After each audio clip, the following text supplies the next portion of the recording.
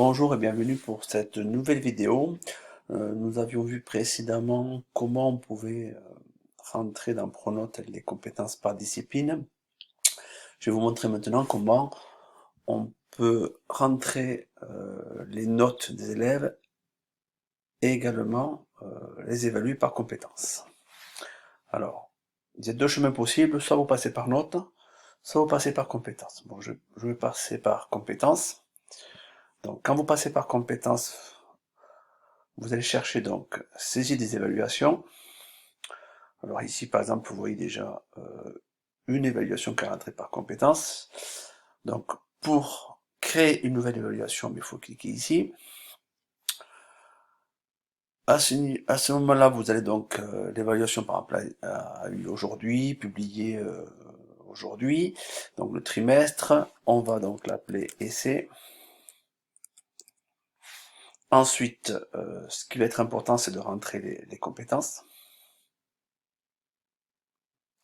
Alors, sur les compétences, je vais rentrer les compétences mathématiques. Nous, en mathématiques, nous avons 5 compétences.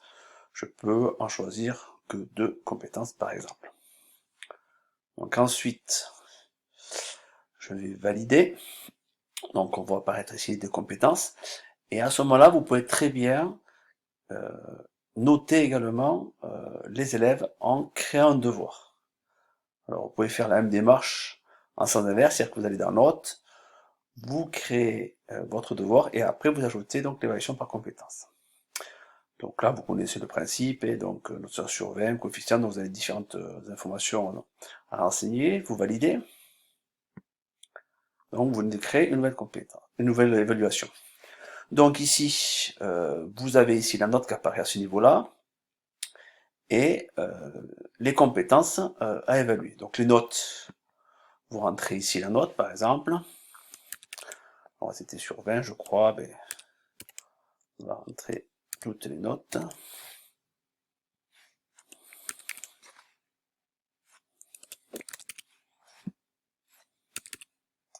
Enfin, voilà, donc c'est bien sûr fictif.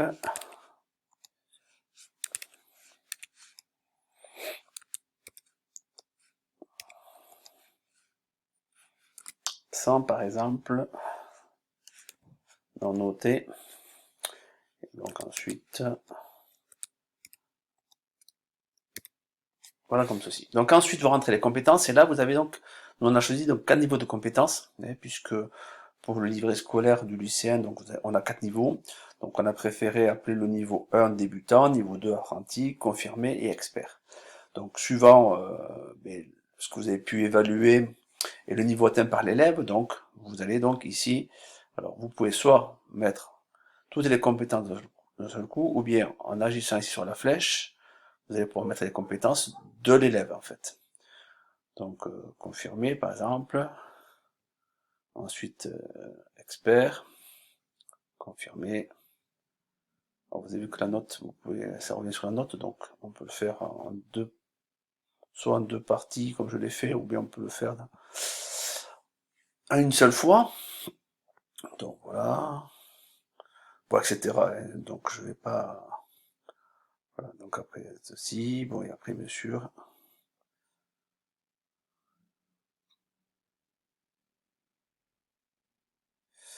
Donc par exemple quelqu'un qui est absent, on peut très bien aussi donc mettre absent pour les compétences.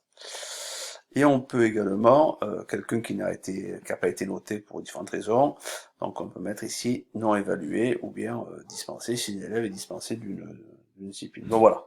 Donc vous voyez à la fois donc l'avancée de votre classe en fait à ce niveau-là. Donc une fois que c'est fait, eh bien vous enregistrez. Donc ça s'enregistre a priori automatiquement.